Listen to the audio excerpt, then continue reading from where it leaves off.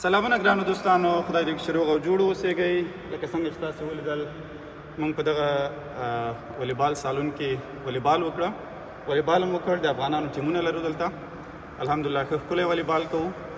او دا د اوبو بوتلونه دلته پاتې وو، نو طبعا دلته کمرې هم لګېدلې دي، او که کمرې هم ونه اوسېږي دغه خلک چې موږ ته دا ځای په کرایه راکوي، طبعا موږ هغوی ته پیسې ورکوو، ولې د دې لپاره چې موږ د خپل وطن د خپلو شخصي اخلاقو ښه استازولي کړې اوسي. نو ما دا بوتلونه راټول کړه د دې لپاره چې تاسو ته یو پیغام ولرم.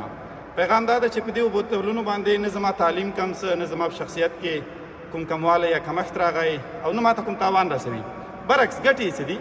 ګټې دا دي چې د دې خلکو په مخ کې یا د دې ترکیې د خلکو په مخ کې زما شخصي عزت هم زیاتیږي، د یو افغان عزت هم زیاتیږي، د افغانانو عزت هم زیاتیږي، او موږ نړیوالو ته دا ښیو چې افغانان با فرهنګ او با کلتوره خلک دي، د هغوی پاکوالی او نظافت خوښیږي. اسلام هم دغه وایي چې نظافت جز د ایمان ده.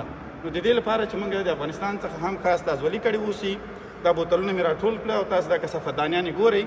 دا کثافتدانیانې چې دلته ایښي دا د همدې لپاره ایښي چې بوتلونه، نور خوراک، هر څه که څوک دلته کوي باید په کثافتداني کې واچوي.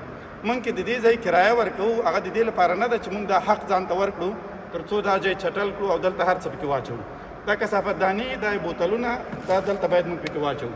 نو تاسو ته هم هیله دا ده چې هر چېرته چې یاستئ، ډېری افغانان خارج ته لاړل، کوښښ وکړئ چې د افغانستان مثبت استازولي وکړئ، د افغانستان فرهنګ خلکو ته په مثبت او ښه ډول سره معرفي کړئ.